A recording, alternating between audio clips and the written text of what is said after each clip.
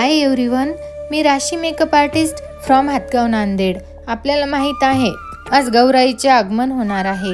माझा आजचा दिवस मस्त चहासोबत सुरू झाला।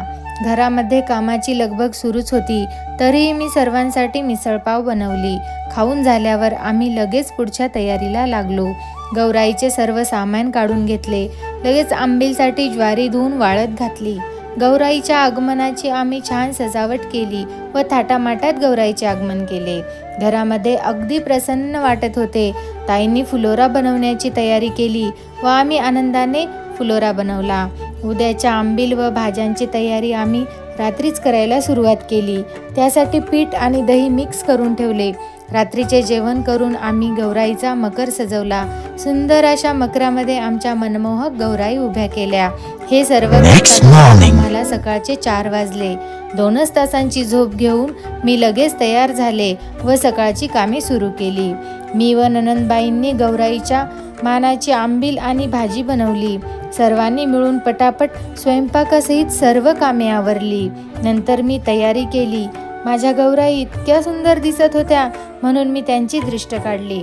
हातवे देऊन आम्ही पूजेची सुरुवात केली।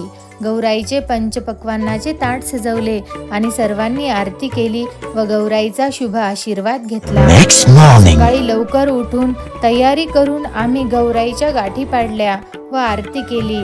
आंबील भाजीचा प्रसाद दाखवला, जेवण करून घेतले। लगेच हळदी कुंकाची तयारी केली।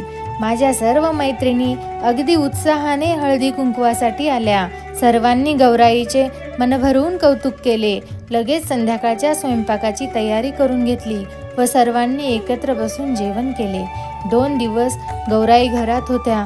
आता त्यांना निरोप देताना आमचे मन भरून आले।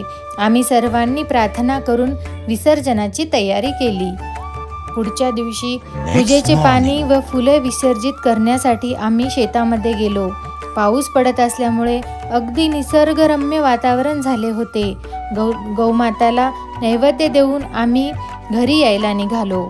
तर असा झाला माझ्या घरच्या गौराईचा उत्सव। तुम्हाला कसा वाटला कमेंट करून नक्की सांगा आणि अशा नवनवीन व्लॉगसाठी सबस्क्राईब करायला विसरू नका। चला तर भेटूया नेक्स्ट व्लॉगमध्ये। Bye bye.